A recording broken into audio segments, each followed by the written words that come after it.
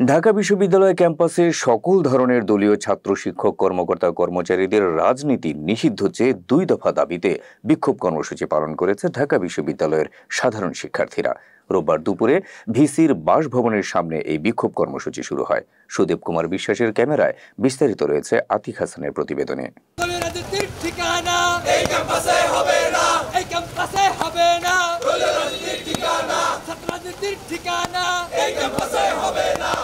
বিক্ষোভ কর্মসূচিতে শিক্ষার্থীরা ঢাকা বিশ্ববিদ্যালয় ক্যাম্পাসে লেজুর ভিত্তিক দলীয় ছাত্র শিক্ষক রাজনীতি নিষিদ্ধ করে ডাকসু ভিত্তিক রাজনীতি চালুর দাবি জানান।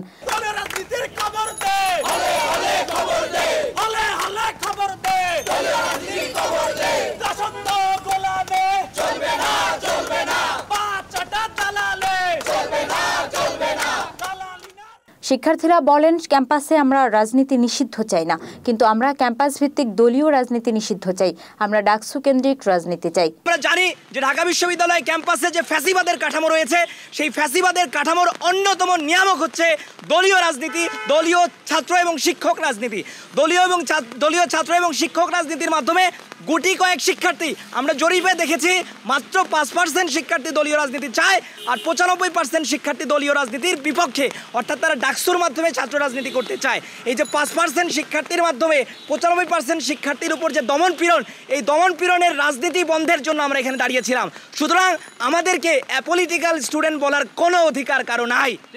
নতুন করে বাংলাদেশে যারা ট্যাগের রাজনীতির নামে ফ্যাসিবাদ কায়েম করতে যাবে, তাদেরকেও ফ্যাসিবাদী হাসিনাকে যেভাবে প্রতিহত করা হয়েছিল, সেই মুহূর্তে তাদেরকেও প্রতিহত করা হবে। শিক্ষার্থীরা এই সময় আরো বলেন, আমরা শহীদদের কথা দিয়েছিলাম ক্যাম্পাসে দলীয় ছাত্র শিক্ষক রাজনীতি নিষিদ্ধ করব, এখানে আর দাস প্রথা আসতে দেব না।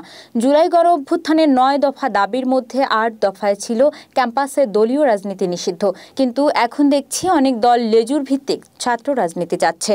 আমাদের বিশ্ববিদ্যালয়ে যে প্রশাসনিক সিন্ডিকেট বসে, এই সিন্ডিকেটে আসলে যেই সব সিদ্ধান্ত নেওয়া হয় বিশ্ববিদ্যালয়ের জন্য, এইখানে আমাদের এখন ছাত্রদের কণ্ঠস্বর প্রয়োজন, যার জন্য আমরা চাচ্ছি অনতি বিলম্বে আমাদের ডাকসুটাকে সচল করে আমাদের ডাকসু থেকে যেসব নেতা নির্বাচিত হবে তাদেরকে যেন সিন্ডিকেটে বসানো যায়, সেই সুযোগ আমাদেরকে করে দিতে হবে, যেন প্রত্যেক হলের নেতারা তাদের হল কেন্দ্রিক যে সমস্যাগুলো, এই সমস্যাগুলো সিন্ডিকেটে উত্থাপন করতে পারে এবং ক্যাম্পাসটাকে সুন্দর করে গড়ে তোলার জন্য, আবাসিক হলগুলোকে সুন্দর করে গড়ে তোলার জন্য ভূমিকা রাখতে পারে।